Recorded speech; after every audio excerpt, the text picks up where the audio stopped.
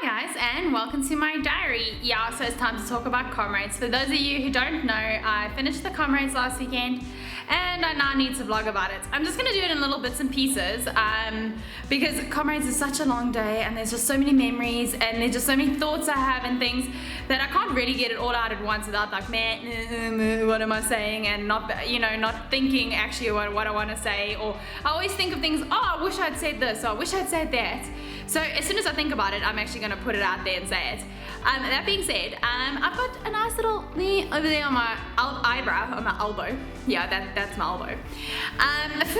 Tegan walked into a wall in the middle of the night. I'm trying to find the bathroom, and I don't know, I'm really tired. I've hurt my knee, so I haven't been sleeping very well because my knee aches, but that's another story. We will get to that. But then, so I was looking for the bathroom, but for some reason I didn't stick my hand out to put the lights on, and I walked straight into the sort of edge of the wall, and blah. Yeah, so that woke me up nicely. But anyways, I will start sharing my Comrades journey with you.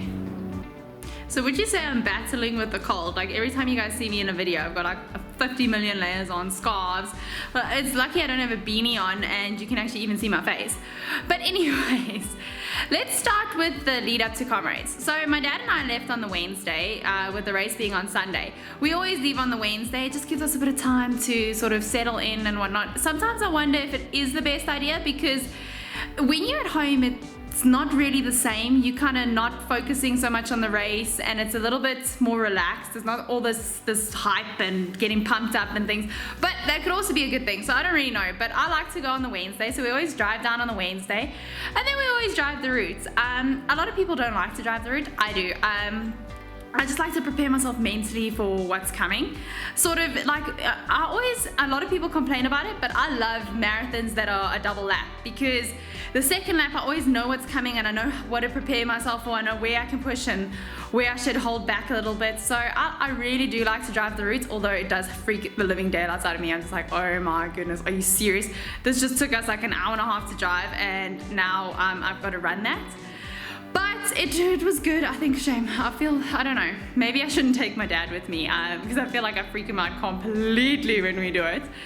But it was good because also he ran last year, so we kind of reminisced a little bit. I kind of just had nightmares. I was like, oh yeah, this is where I was throwing up over here, and this is where I was crying over there, and all that type of stuff. But yeah, so then we got there and we went to the airport to fetch my brother, because my brother came, yay! I always miss him so much, but yeah, so he came for Comrades. He always comes for Comrades. I think pretty much Comrades is kind of like, like one of those things you don't miss. It's kind of like if I was getting married or something. If my brother missed Comrades, I don't think I'd ever forgive him. But yeah, so he came and we went to fetch him at the airport, and there was a bit of a miscommunication. So my cousin was also at the airport picking him up, which is kind of funny. Yeah, so she spent the night with us too. So Wednesday was very nice, relaxed and whatnot. Thursday then we went to the expo and picked up our numbers. But we decided to go for lunch at Durban Beachfront, which is really close to the expo center. And then we thought from there we would walk. So we walk, have a nice little walk, and spend some time at the expo, and then we walk back and we see some clouds and we're like, oh no. And it starts pouring, but like really downpour of notes. And of course, smart Tegan has her running shoes on because you need to check your tag and everything. So I thought, whatever, I'll just wear my running shoes, get my feet comfy in there. And they got drenched. We were like drowned rats. I mean, I promise you, there wasn't an inch of us that was dry. It was ridiculous. But yeah, so I was like, oh, well, thank goodness I have 2 pairs of shoes. Thank goodness Tegan is prepared. So I took 2 pairs of shoes. So it wasn't the end of the world. I could always run in the other pair, but I really wanted to run in this pair, just for stupid reasons. They were cleaner than the other pair, and they were prettier than the other pair, and they had my tag on, and okay, yeah, I was a little bit more comfortable in them, but it wouldn't be the end of the world.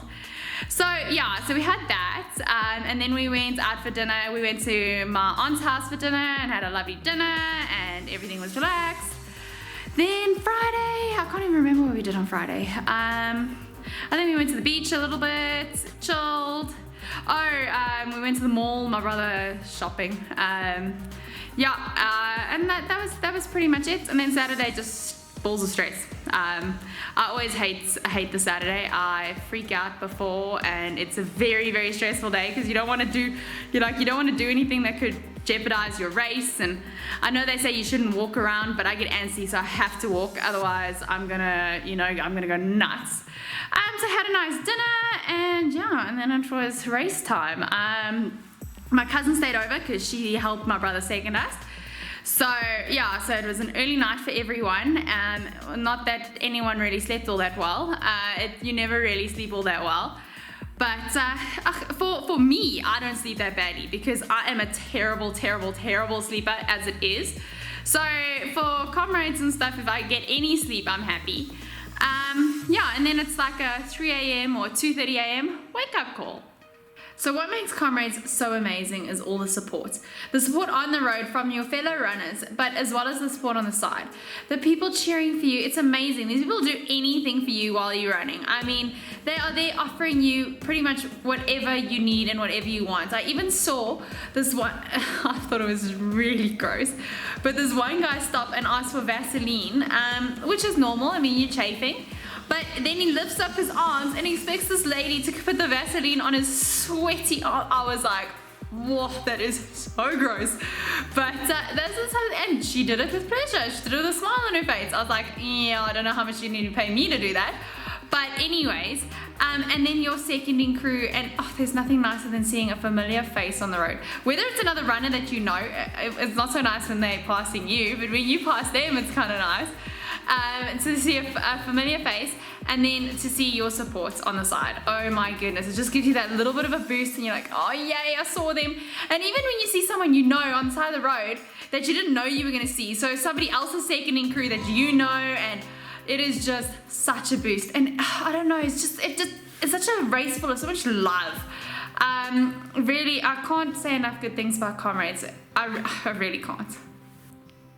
So my brother and my cousin dropped us off at the start. My dad didn't want to get out the car, so he sat there for a while and I left because I like to get to the start. I like to get, ready and things, and he kind of freaks out and doesn't want to get out the car. It's kind of funny. But so I went to the start. I got into my pen and everything, and my pen was relatively empty still because it was early and everything. So I was there, and then I like to go to the bathroom just before we run. Like nerves and everything, you need to go to the bathroom. So, which was not the best idea. I'm going to change my ways a little bit, and I've decided, I'll just go to the bathroom like the guys on the routes when we go, because so now I go to the bathroom just like 5 minutes before the pen closes. And then I'm right at the back of the pen. So basically I am with the next seating batch, which is not ideal. And I was already starting in a seating batch that was worse than I've ever started before. And it was so slow. Oh my goodness, was it slow. It took me forever to get over the start line, and then it was just so congested, and it took me forever. But I'll get back to that. Anyways, so I got back into my pen, and then they've got 15 minutes of sort of like a lead up, or maybe not 15 minutes, maybe 10 minutes. Or I don't know, it's a weird number, but anyways, that's besides the point. But they have a lead up, and they have these songs that they play. They play the national anthem, they play Shosholoza, they play Chariots of Fire, and they really get you all amped or extremely nervous and extremely anxious. I don't know, it depends which way you look at it. But it's emotional. I didn't shed a tear. It was difficult, but funny enough, the people around me weren't very emotional. So if they're not really emotional around you, then I had quite a few foreigners around me, so they weren't emotional. Obviously not, because it doesn't mean much to them. But so I didn't shed a tear, which was probably nice. And then we got ready to run. And so the race started off, like I said, extremely congested, and it was a bit annoying. And I never ever want to start in that batch again. I'll need to get closer to the front. But maybe it was a blessing in disguise, because it made me start slow, and so I had a bit of a disaster. So 2 kilometers in, and it's busy, but that's my own fault. If I'd run better and I got a better seating, it wouldn't have been so busy. So I can't really complain. But there was a lot of jostling and things, and I fell over a cat's eye. But I didn't just sort of fall, I went flying. and I landed on my knee. Well, I didn't just land on my knee, I landed on my knee, my chest, and all sorts of things, but I really hurt my knee. And this knee I happened to have fell on the week before, but 3 weeks prior to that I also fell on the same knee. So this poor knee has been taking a huge hit. But luckily there were some guys that helped me up. They were very sweet. My sunglasses went flying and I was just gonna leave them. I was like, oh, those are my $50 sunglasses. I'm not gonna go back and fetch them. But some guy went and got them for me and they helped me up, and then my number tore off. So some guy came slowly past, he's like, oh, I've got spare pins, here's some pins for you. So now I'm trying to pin my number back on, and I'm like, all like, and I can't bend my knee, and I'm like, oh no, so I'm like hobbling along there. You know, like when you stump your toe and you can't move for a little bit? It was kind of like that. And then I'm like running and I'm going, this knee does not feel okay. This is not good. But I had 2 painkillers in my pockets thanks to my brother. So I knew I had those that I could take, because I didn't know, you know, where, and I don't think they give them to you at a medical tent, so you'd have to actually find someone on the road, which I think you'd find quite a few people with them. But I don't really want to take something from someone I don't know. Not that I don't trust them, but that I don't know what I'm taking. I want to know what I'm taking type thing, you know? So anyways, it was hard because I was like, okay, well, you can use this as an excuse, and you can stop whenever you want, and you know, it's like, oh well, you hurt your knee, it's okay, next year. But if I stopped, I want to do that 10th Comrades of mine on the actual 100th running of Comrades. And if I miss one, I can't do it. So I said to myself, okay, fine, yeah, your knee's sore, take the painkiller, hopefully it'll help, and just let the sweeper bus get you. I was like, you've got quite a bit of time ahead of the sweeper bus, so see how far you can get and just keep going until the sweeper bus gets you. So I just kept going and going and going. But yeah, that's kind of what happened to my knee, and yeah, it's still sore, but it is what it is. So the up run is really tough. It's just so many hills. I don't know, some people prefer the down, some people prefer the up. I haven't done enough to decide which one I like better. I mean, my best time is on a down, and then I had a disaster zone on a down. So I don't really know yet. I think maybe after 10 I'll know. But like I said, it was really congested in the beginning, and they had some roadworks and some issues where we had to move, like 8 lanes has to go into 2 lanes, and it was just, oh my goodness. So we had to walk in areas, and it was just such a slow start. So it was really frustrating, and then I got stuck between the 2 9-hour buses, and trying to overtake buses. I don't know, I know some people love their buses, but I hate them. I absolutely hate the buses. They think they own the road, and it's kind of like, guys, you know, I'm grateful for the buses, and I think it helps a lot of people. But some people don't want to run in the bus, and firstly, don't be rude to the people who don't want to run in the bus. And second of all, just make space. Don't take over the whole road. Maybe there should be a rule that they have to stick to the left-hand side or stick to the right-hand side so people can get past, and so that they can pass people as well. Because you know how much energy you waste trying to pass them. And then you get to a water point. If you, in between that bus when you get to a water point, you're not getting water. Don't even think about it. So yeah, I don't know. They need to make some sort of adjustment for these buses. Or I've just got to get faster and get away from the buses. I think that's probably the answer. Yeah, so it took me a while to get past the buses, and once I got past the buses, I was much happier. But yeah, it was climbing and climbing and climbing. All the climbing, pretty much, not all the climbing, because there's still tons of climbing in the second half, but the toughest climbs are in the first half. And oh my goodness, are they tough? Oh wow. I mean, you just look and you're just like, really? I've got to go up that now? But yeah, luckily for me, I train a lot in the hills. So, and I've done a lot of hill training. So the big hills didn't scare me too much. I just wanted my knee to hold up. And it was actually fortunate it was an up run, because it hurt less going uphill than it did downhill. I could not run downhill. My downhill was like a hobble. I had to hobble down the hills. So I was actually so thankful it was uphill this year. So that was a blessing in disguise. It's so nice in certain areas, like you run through Hillcrest and things, and it's uphill, but you don't actually even realize it's uphill because you've got all that support and you've got people cheering, and it was lovely. I must be honest, I was a little bit disappointed with Kersney this year. They normally are so full of energy, and this year they were a bit meh, but the weather wasn't great, so maybe they were just like, oh, do we have to be out of bed early for this? And you know, it's a little bit early in the race, whereas on the downhill it's later in the day, so maybe they're awake then, I don't know. But yeah, so it was nice to get through there, and you know, getting out of Durban just takes forever. It seems like you never get out of Durban. It's like 40 k's and you're eventually out of Durban.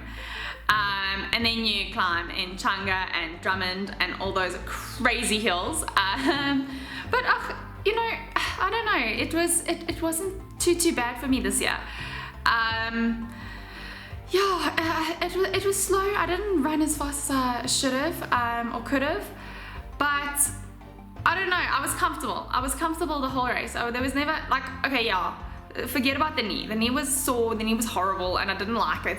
But the rest of the body was very comfortable, which I thought I took as a positive. I mean, I did really put all the training in, so I would have been disappointed if it didn't. It was kind of funny. I had a goal from last year that I needed to do 5,000 Ks before this year Comrades. So it was the whole year, it wasn't like the 6 months. I mean, I didn't do 5,000 Ks in 6 months. I had 5,000 Ks, I did over 5,000 Ks in a year, but I was very glad I hit that goal. Yeah, so I had the Ks under my belt and kept going. It was the first time ever I paid my respects to Arthur's Seat. So I think maybe it's something I'm going to start doing more often, because I think this is the first time that I've run a better second half than a first half. Actually, for a fact, I know that. So yeah, so I'm gonna have to do that from now on. I just kept really strong in my head second half. I kind of knew that the worst was behind me, and I just kept going. And then when we got to sort of like the flat areas, I picked up the pace a little bit, and I started passing people that are much better runners than me, and I could see that they were having not a good day, and I know exactly what it's like. It's horrible. You know, you're getting these people passing you that you think you're a better runner than, and these guys are just passing you, and you're just like, I can't. So it's just your legs just won't go. So yeah, it obviously gives me a little bit of a boost, but my heart breaks for them, and I know how many hours and hours, I mean hours is, it's like weeks and months of training that they've put in, and to not have the Comrades they want is just heartbreaking. But yeah, I just kept going, and it was decent. And then sort of I knew Polly's was coming up. And I ran the whole way up Polly's. I was like, you know what, stuff this. If I can run 100 miles, I can run up flipping Polly's. Like, what's the worst that could happen? So I just kept going, and I was like, okay, I ran like a snail at Polly's, but I didn't walk. I did not walk once. The entire Comrades, except for those parts where I couldn't actually run because we were merging and all sorts of things, and it was too full.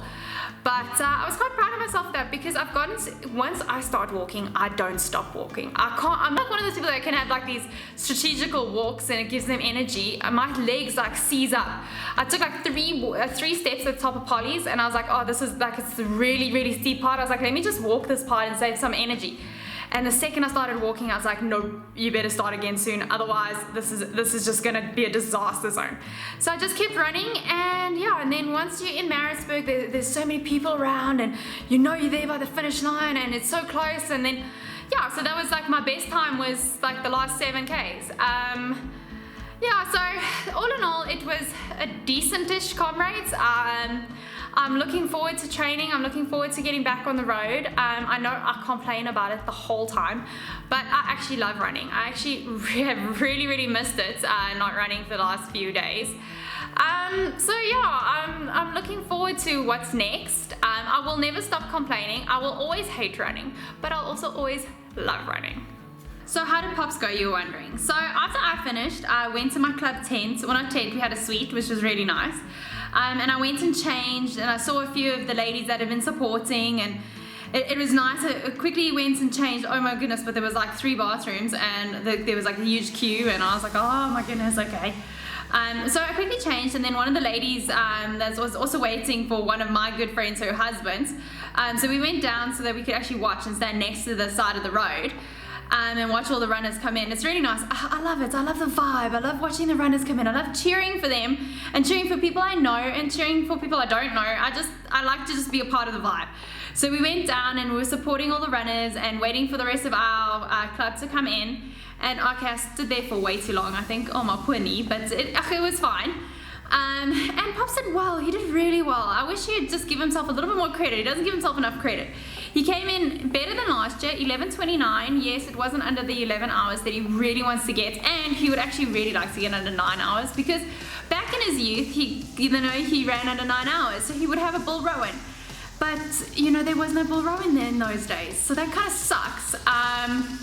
Yeah, so he doesn't have a Bull Rowan. I'd love him to get a Bull Rowan. Oh my goodness, would I love him to get a Bull Rowan. Maybe when he retires and he has more time to train and stuff, maybe he'll get there.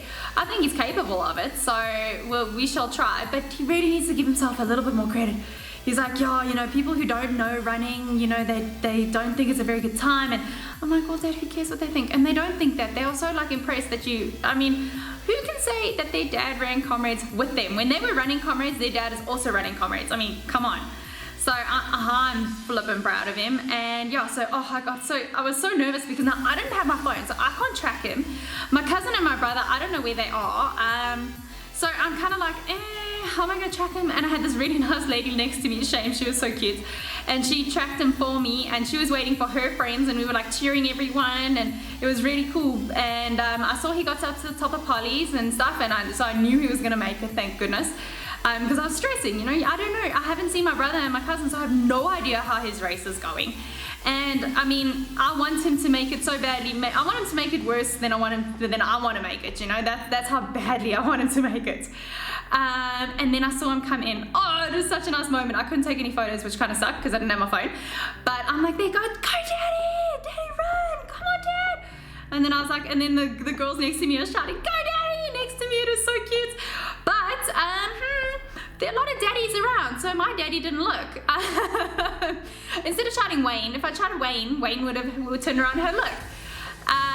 But yeah, so then he got in, and I tried to go wait for him at the finish, but oh my goodness, it was just absolute chaos.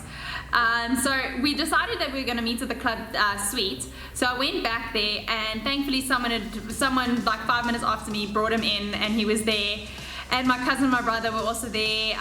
So we had a few drinks and stuff there, and just, shared war stories with everyone.